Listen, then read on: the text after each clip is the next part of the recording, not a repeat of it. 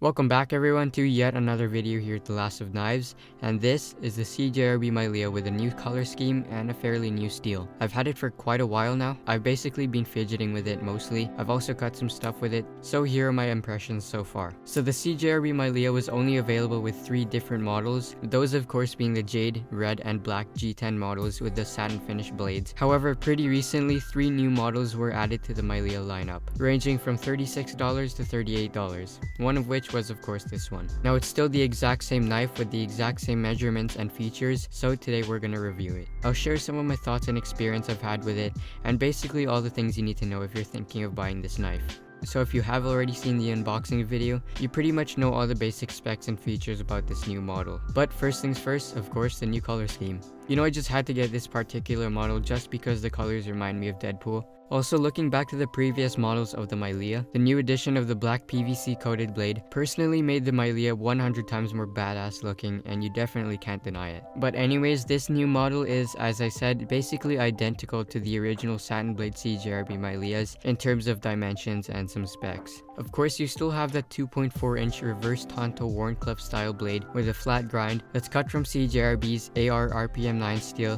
which is a steel CJRB just introduced last year. AR RPM 9 is CJRB or Artisan Cutlery's budget steel made with a powder metallurgy process. That of course I searched up with the help of Google. But ever since its release, more and more positive feedback about this steel increased. I've heard it provides the same amount of edge retention as D2, in fact even a bit more. Plus it's also a little more corrosion resistant at the same time. And with the help of the PVC coating on the blade, I'm positive you will not have any problems with rust or pitting on the blade, so overall this steel seems to be in the right path. I haven't had much experience with the steel other than of course this knife.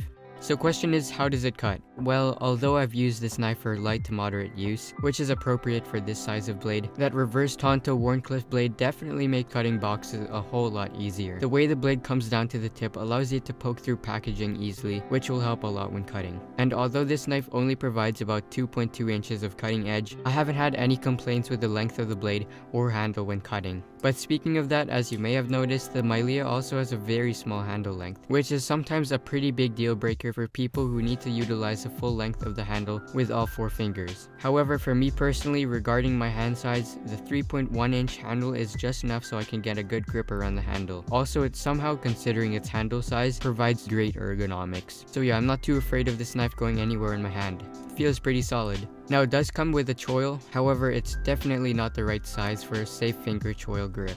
I can definitely see that being very dangerous when using it. Remember the phrase never judge a book by its cover, or price in this case? Well, that's exactly what I did until I was pretty blown away by how well this thing deploys. When you think of satisfying front flipper action, this is what should come to your mind. I mean, considering its price, the crispness and smoothness is just too good. The D10 is perfect, action is smooth, and it's just very satisfying to deploy it. Plus, when there's more than one way of deploying the blade, it just makes it a lot better. It's got a front flipper and also dual thumb studs. It runs on ceramic bearings, which of course accounts for that smooth action. But anyways, everything about its action is great, like the D10, the placement of the red anodized thumb studs, the smoothness and quickness. All of these are things that I didn't expect from this small of a knife and this cheap of a knife as well, at again $37.95.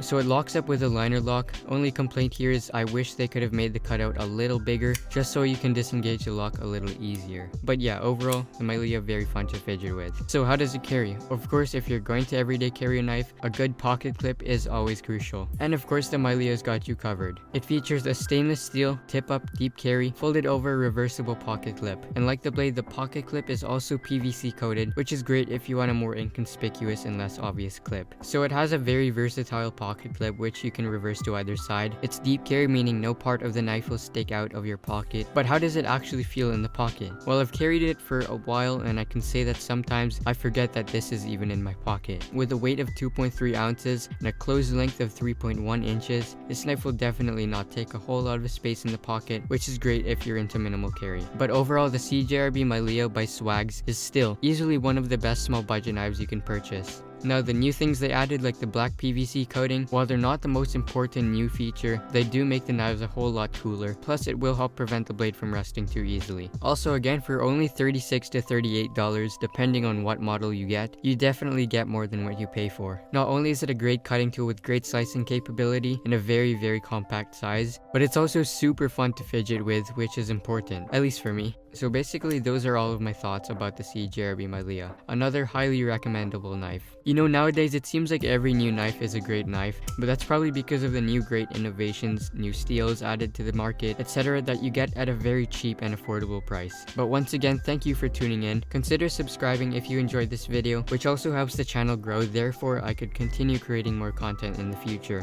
whether it's knife related, EDC related, or outdoor related. As always, thanks for watching, and I'll catch you guys in the next one.